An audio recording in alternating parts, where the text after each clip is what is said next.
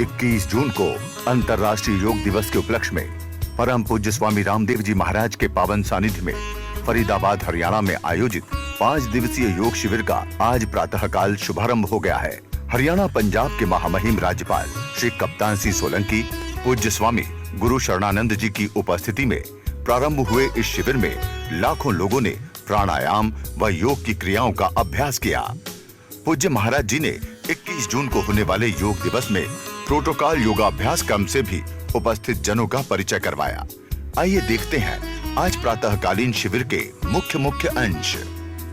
आज प्रातःकाल के इस ब्रह्म मुहूर्त वेला में मंच पर आसीन हमारे ऋषि परंपरा के गौरव, हमारे संत परंपरा के गौरव, परम श्रद्धेय स्वामी जी महाराज, परम श्रद्धेय स्वामी गुरु शरणानंद जी महाराज और हमारे महामहिम पूरे हरियाणा की ओर से और पूरे भारत के योग शिक्षकों की ओर से आप सबके चरणों में कोटि कोटि प्रणाम, कोटि कोटि अभिनंदन, अभिवादन।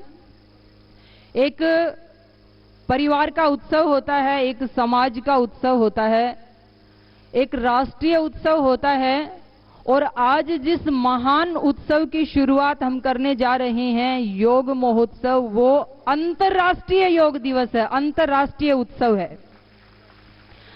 21 जून को जो अंतर्राष्ट्रीय योग दिवस हम मनाने जा रहे हैं, उसकी शुरुआत आज से हो चुकी है और योग के प्रति हम 15-20 दिन से इधर फरीदाबाद के गांवों में भी घूम रहे हैं, पूरे देश में भी रिपोर्ट आ रही है। बच्चे से लेकर युवा, प्रौढ़, बुजुर्ग, महिला, पुरुष, प्रत्येक वर्ग, आयु और जाति के भाई बहनों में जो एक चार्म दिखाई देता है, ये भारत के लिए और पूरी मानवता के लिए बहुत बड़ा शुभ लक्षण है। आज सुबह सुबह भारत में ही नहीं बल्कि पूरे विश्व में जो एक योगमय, जो एक स्वर्गीय दृश्य दिखाई देता है, जो कि आज फरीदाबाद की इस पावन धरा पर भी दिखाई दे रहा है, इसके पीछे श्रद्धेय स्वामी जी महाराज का पिछले 40-50 वर्षों का अखंड और प्रचंड तप और पुरुषार्थ को इसका श्रेय जाता है। और राजनीतिक दृष्टि से यदि हम कहें तो हमारे यशस्वी प्रधानमंत्री श्री मोदी जी को इसका श्रेय जाता है। बहुत ही सौभाग्यशालिनी है ये धरती माता। इस धरती माता को आज हम सब नमन करते हैं, इसको हम चुचकारते हैं, क्योंकि आज यहाँ पर एक नूतन इतिहास की नींव पड़ने जा रही है। इतने धरती के ऊपर अमेरिका, कनाडा आदि देशों में, ऑस्ट्रेलिया आदि देशों से ऑफर श्रद्धेय स्वामी जी महाराज को आई, स्वामी जी आप हमारे साथ अंतर्राष्ट्रीय योग दिवस मनाइए।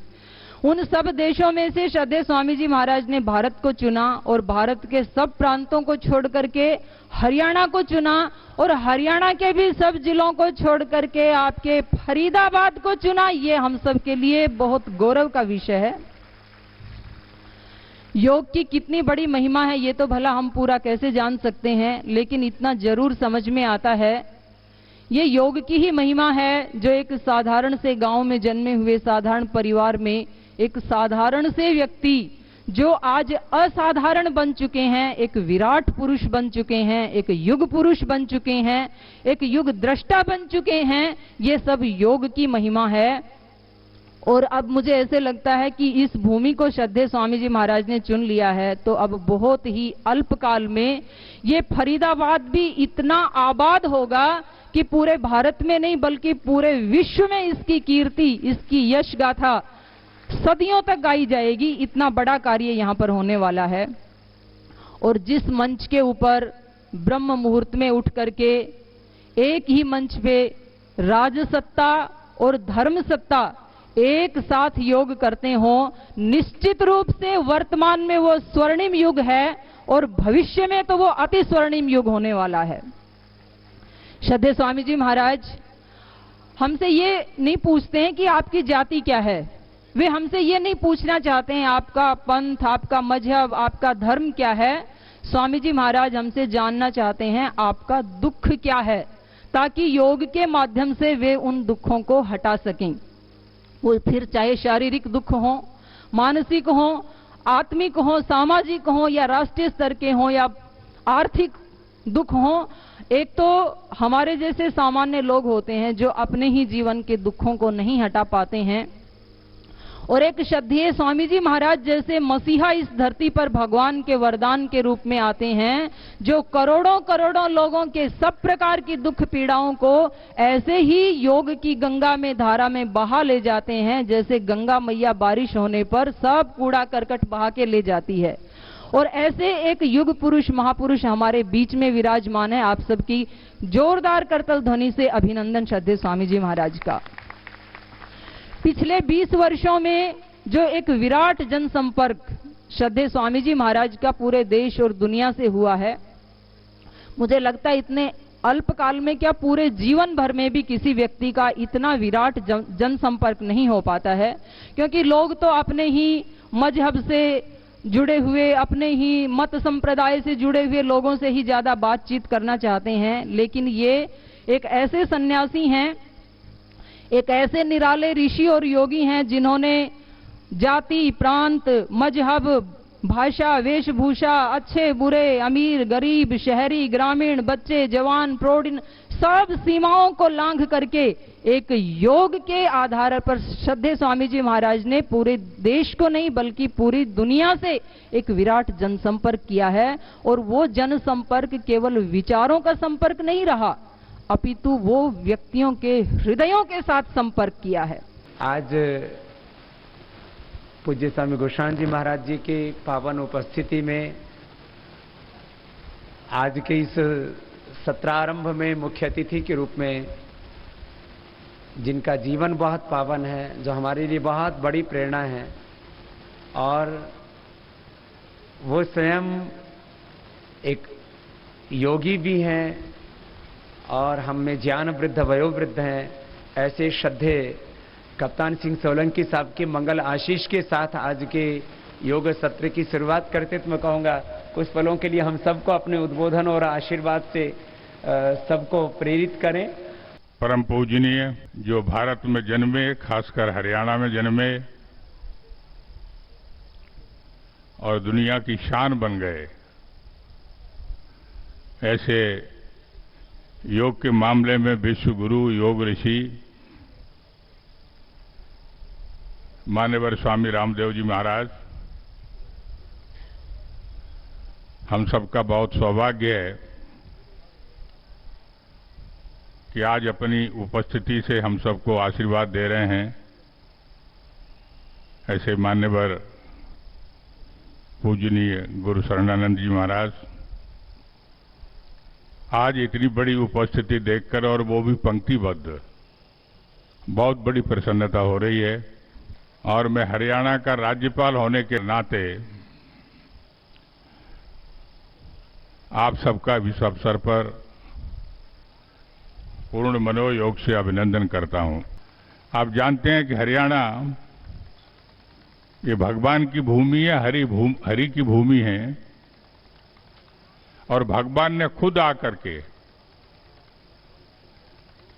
मनुष्य के लिए कैसे जीवन जीना इसकी शिक्षा दी है। आज से 5152 वर्ष पहले कुरुक्षेत्र के मैदान में जो कुछ भगवान ने कहा वो भारतवर्ष की जीवन पद्धति है। मनुष्य का जीवन तो मिलता है, लेकिन जीवन जीना कैसे। आपको पैसा तो मिलता है, लेकिन पैसा खर्च कैसे करना। आपको संतान तो मिलती है, लेकिन संतान कैसी हो, कैसा बनाना उसको। आप समाज में विचरण करते हैं तो विचरण आप कैसे करते हैं, आपका उद्देश्य क्या है, ये जब तक नहीं हो तब तक उस चीज का कोई उपयोग नहीं है। और इसलिए भारतवर्ष का मानव ये दुनिया के मानव से अलग है, और वो भारतवर्ष का मानव दुनिया के मानव से अलग इसलिए है कि भारतवर्ष के पास एक जीवन जीने की कला है, जीवन जीने की पद्धति है, और वो गीता है। हरियाणा उसकी भूमि है। भारतवर्ष के बारे में एक कहावत कही जाती है कि भारत में 4 आदमी एक दिशा में नहीं चलते, और वो 4 आदमी एक ही स्थिति में एक दिशा में चलते हैं जब मरा हुआ 5वां आदमी उनके ऊपर हो।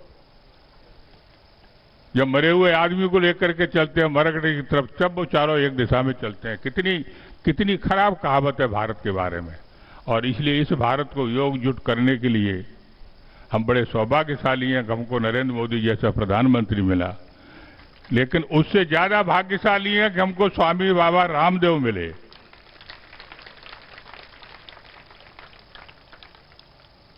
और फरीदाबाद तो और भाग्यशाली है। बाबा रामदेव की कितनी कृपा है इस फरीदाबाद के ऊपर।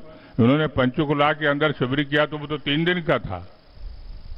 आप चंडीगढ़ में भी गए तो वहां तो उन्होंने एक 3 दिन के शिविर का समापन किया, लेकिन आपको उन्होंने 5 दिन दे दिए। फरीदाबाद को कितना महत्व है, लेकिन महत्व सिर्फ गाने के नहीं है। इस महत्व को आपको एहसास करने की जरूरत है और हमारे बाबा रामदेव की जो अपेक्षा है उस अपेक्षा पे आपको खरे उतरने की जरूरत है। और मुझे जब पता लगा कि आज से शिविर होगा और 21 तारीख को जब 5वें दिन इसका समापन होगा तो इस मैदान में 1 लाख की संख्या होगी।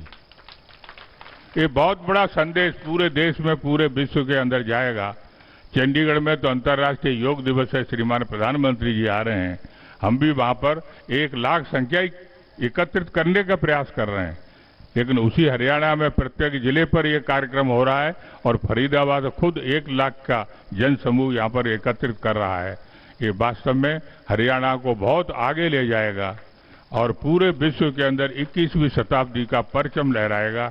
इन्हीं शब्दों के साथ आपका पुनः अभिनंदन करता हूँ। बाबा स्वामी रामदेव तक का भी अभिनंदन करता हूँ। हम सबके ऊपर उनकी कृपा बनी रहे। जय हिंद।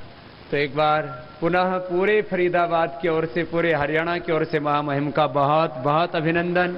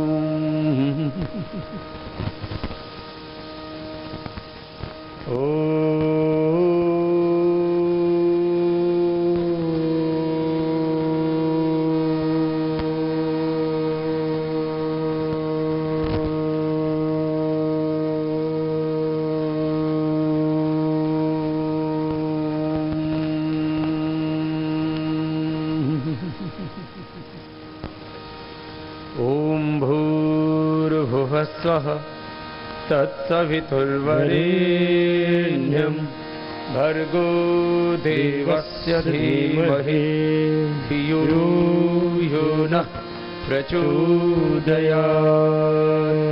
ओम त्र्यंबकं यजामहे सुगंधिं पुष्टिवर्धनम् उर्वारुकमिव बन्धनात् मृत्युर्मुक्षीयमामृतात्।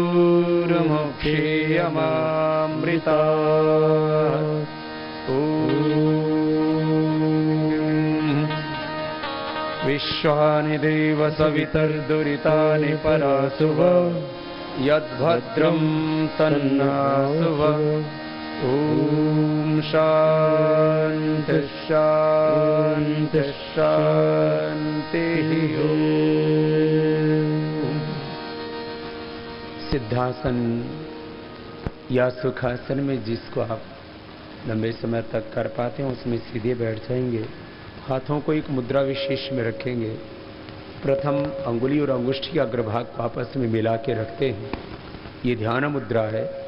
इसमें बैठने मात्र से मन शांत हो जाता है। प्रथम अंगुली को अंगुष्ठी के मूल में लगा देते हैं तो ये वायु मुद्रा होती है।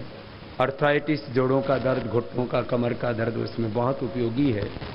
शून्य मुद्रा कर्ण रोगों के लिए, पृथ्वी मुद्रा ओबेसिटी के लिए, वरुण मुद्रा मूत्र रोगों के लिए, किडनी के प्रॉब्लम्स के लिए, अपान मुद्रा, शक्ति मुद्रा, जो भी आपके लिए अनुकूल हो उस मुद्रा में। ध्यान मुद्रा या वायु मुद्रा सर्वाधिक उपयुक्त है योग के लिए। लंबा गहरा श्वास लेंगे और प्राणों की साधना के साथ ये योग यात्रा अपनी प्रारंभ करते हैं। बहुत जबरदस्त प्राणायाम है ये।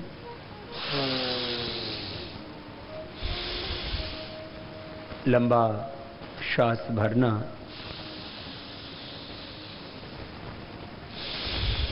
बाहर छोड़ना। 5 सेकंड में श्वास को अंदर लेना,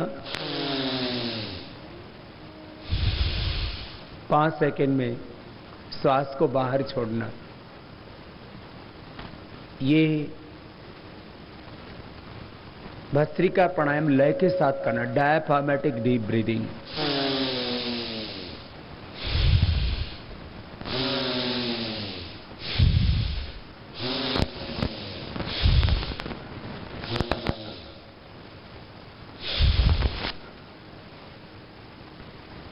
ऐसे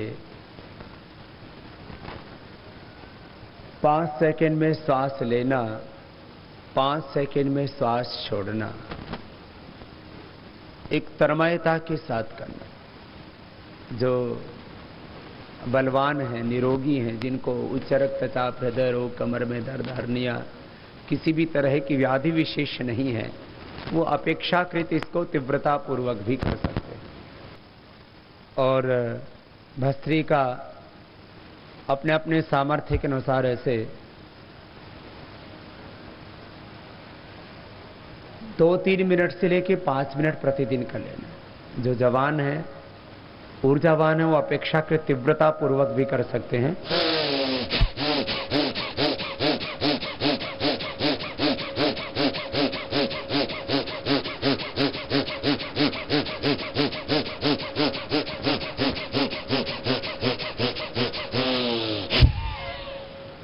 लेकिन जिनको उच्च रक्तचाप, हृदय रोग, कमर में दर्द आदि हो, वे ऐसे तीव्रता पूर्वक न करना। अब दूसरा बहुत ही महत्वपूर्ण प्राणायाम है।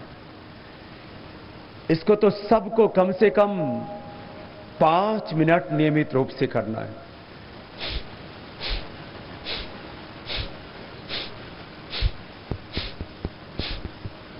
एक राउंड 5 मिनट का छोटे बच्चों को भी जरूर करवाइए। छोटे छोटे बच्चों को आजकल किडनी की प्रॉब्लम हो रही है, रीनल फेलियर, छोटे छोटे बच्चों को, छोटे छोटे बच्चों को लीवर की प्रॉब्लम हो रही है। पैदा होते ही जॉन्डिस होना शुरू हो जाता आजकल बच्चों को। लीवर की प्रॉब्लम, आंतों की प्रॉब्लम, इंडाइजेशन की प्रॉब्लम, छोटे छोटे बच्चों को हार्ट की प्रॉब्लम हो रही है, श्वास दमा, एलर्जी, अस्थमा, इम्यूनिटी कम हो रही है। अब इम्यूनिटी बढ़ाने के लिए अपने बच्चों को आप क्या क्या खिलाते हैं, क्या क्या पिलाते हैं, किस किस तरह की दवाइयां इंजेक्ट करते हैं उनकी बॉडी में, बचपन में ही जहर घोल देते हैं। कपालभाति कराइए अपने लाडलों को, अपने बच्चों को। जो बच्चा कपालभाति करेगा उसका इम्यून सिस्टम बहुत स्ट्रांग होगा। जो बच्चा कपालभाति करेगा उसको श्वास दमा, कफ, एलर्जी, ये सर्दी, जुकाम, कफ, ये तो बच्चों की कॉमन प्रॉब्लम है।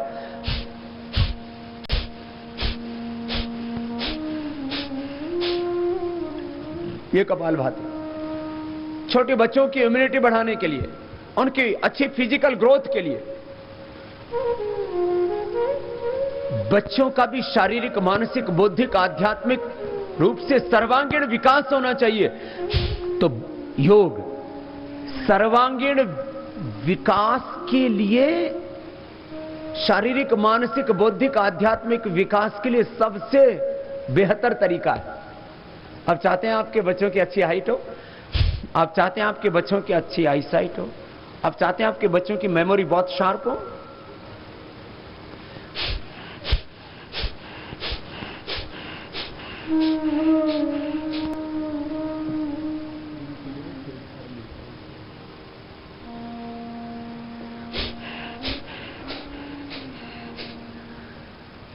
ये कपालभाति प्राणायाम 1 राउंड 5 मिनट का, और फिर इसके 2-3 राउंड तो सबको करने चाहिए।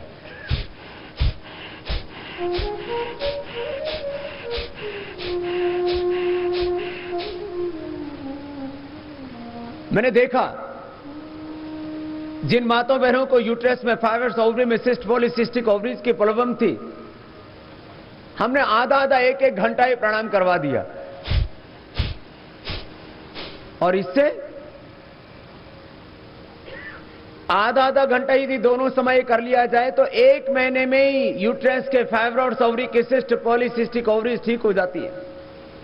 1 महीने में डायबिटीज के पेशेंट्स की गोलियां बंद हो जाती है, मैक्सिमम की तो इंसुलिन तक छूट जाती है, और 3 महीने लगातार करने से डायबिटीज के पेशेंट नॉन डायबिटिक हो जाते हैं। एक एवरेज शुगर चेक किया जाता है, उसको ग्लाइकोसाइलेटेड हीमोग्लोबिन बोलते हैं।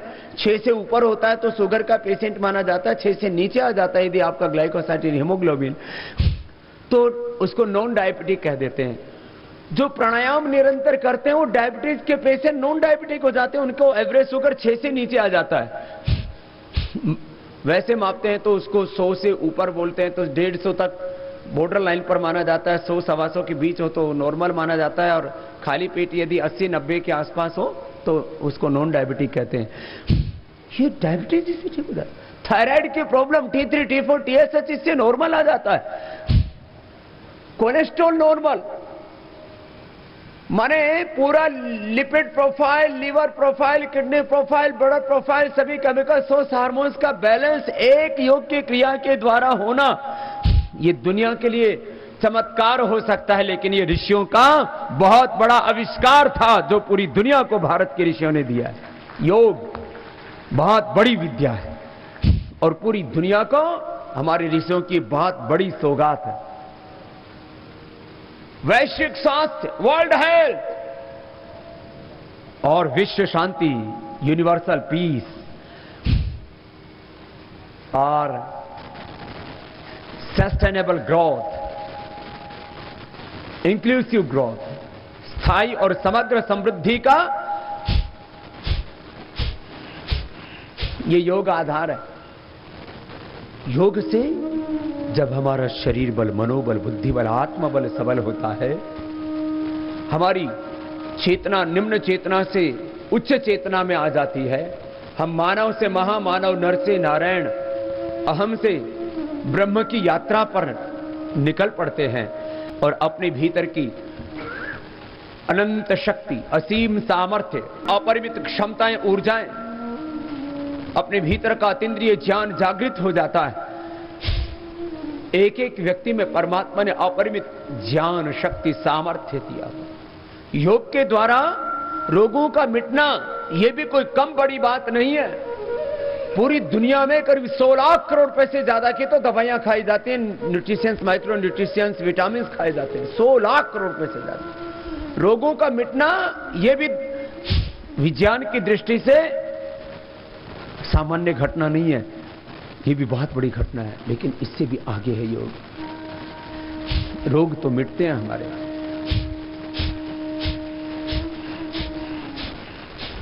योग के द्वारा हमारे भीतर की संपूर्ण दिव्यता जागृत हो जाती है। सभी केमिकल सोर्स हार्मोन्स का बैलेंस, फिजिकल मेंटल बैलेंस, इसके आगे डीजनरेट हुए सेल्स का रीजनरेट होना, डीजनरेट हुए ब्रेन की सेल्स, आईज की सेल्स, कानों की सेल्स, जिनको कम सुनाई देता था, जिनके नाक से सूंघने की शक्ति का ह्रास हो गया था, उनको सुगंध आने लग गई। जिनको सुनाई नहीं देता था उनको सुनाई देने लगा, जिनको दिखाई नहीं देता था उनको दिखाई देने लगा। जिनकी मेमोरी वीक हो गई थी उनकी मेमोरी योग करने से शार्प हो गई। योग से ब्रेन सेल्स, आईज के सेल्स, कानों के सेल, नाक के सेल, स्किन सेल, थायराइड के, हार्ट के, लिवर, किडनी के, बॉडी के डीजनरेट हुए सेल्स रीजनरेट हो जाते हैं। कपालभाति लय के साथ करते रहिए। ये तो बहुत ही सुंदर प्राणायाम हमारे पूज्य गुरुशानंद जी महाराज जी भी रोज करते हैं। हमारे साधु संत ऋषि मुनि तो सदियों सदियों से, युगों युगों से, सृष्टि के आदिकाल से, वैदिक काल से योग करते रहे। गौतम, कणाद, जमनी, पाणिनि, पतंजलि, महर्षि दयानंद, भगवान बुद्ध, भगवान महावीर, हमारे ऋषियों की पावन परंपरा, इसमें तो योग तो सृष्टि के आदि काल से होता रहा है। यह हमारा योगियों का देश है, हमारे खून में योग है, हमारे जेनेटिक स्ट्रक्चर में योग है, हमारे कैरेक्टर में योग है। ये योग, उसमें कपालभाति बहुत बड़ी क्रिया है। मैं कह रहा था डीजनरेट हुए सेल्स रीजनरेट हो जाते हैं। अब तो हमने एक बार कपालभाति करने से, एक बार अनुलोम विलोम करने से, एक बार अनुलोम विलोम करने से, खाली एक राउंड, खाली एक बार कपालभाति किया, खाली एक बार अनुलोम विलोम किया, इससे क्या फायदा होता है, इसके ऊपर भी हमने अध्ययन किया। तो कपालभाति का एक राउंड 5 मिनट का, अनुलोम विलोम का एक राउंड 5 मिनट का आपने कर लिया, तो आपके कई हजार डीजनरेट हुए cells, skin cells, blood cells, brain cells, liver kidney के सेल्स डीजनरेट हुए हजारों सेल रीजनरेट हो जाते हैं। और हमारा जो प्रसुप्त सामर्थ्य, एक एक मानव में महामानव होने की, पुरुष में महापुरुष होने की जो शक्ति है, नर में नारायण होने का सामर्थ्य, अहम ब्रह्मास्मि तत्त्वमसि श्वेत केतु प्रज्ञानम ब्रह्म अयम आत्मा ब्रह्म शिवोहम शिवोहम, ये जो हमारा वैदिक उद्घोष है, उसको हम आत्मसात करते, हमें अनुभव में आता रहे, मैं एक व्यक्ति नहीं, मैं इस संपूर्ण ब्रह्मांड का प्रतिनिधि हूं, मैं ब्रह्म का प्रतिनिधि हूं। ये दिव्यता अंदर से जागृत होती है, हमारे भीतर के सारे अशुभ का, अविवेक का क्षय हो जाता है, शुभ का, ज्ञान का, संपूर्ण दिव्यताओं का उदय हो जाता है। यह है योग की महिमा। हमारा शरीर और चित्त निर्बीज हो जाता है। हर एक के शरीर में कोई भी बीमारी पैदा होने की संभावना और किसी के मन में कोई भी विकार पैदा होने की संभावना, महर्षि पतंजलि कहते हैं योगी का शरीर और चित्त निर्बीज हो जाता है। इसको निर्बीज समाधि नाम दिया। चलिए अभी थोड़ी देर अनुलोम विलोम कीजिए। कपालभाति करते करते थक जाए ना तो अनुलोम विलोम कर लें। वायु मुद्रा में हाथ रखिए, दाएं नाक बंद कर लीजिए दाएं अंगूठे से। अनुलोम विलोम करते हैं। बाएं नाक से श्वास लेंगे, सभी स्टार्ट करेंगे एक साथ। बाएं नाक से सांस भरिए और अब दाएं से बाहर छोड़ दीजिए। बाएं नाक को बीच की 2 उंगलियों से बंद कर लीजिए।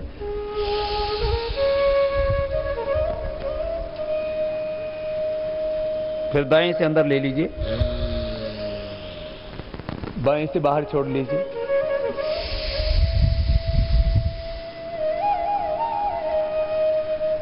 कंटिन्यू ऑल्टरनेटिवली ब्रीथिंग कीजिए।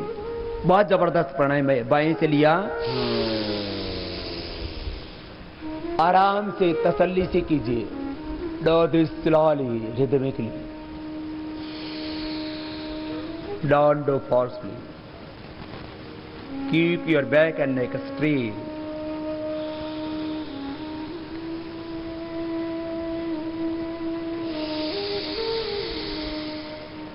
आंखें बंद करके, अंतर्मुखी होकर के, स्थितप्रज्ञ होकर के जब हम ये प्राणायाम करते हैं तो व्याधियां तो मिटती हैं, मन की शांति भी मिलती है, पीस ऑफ माइंड मिलता है। बाएं नाक का संबंध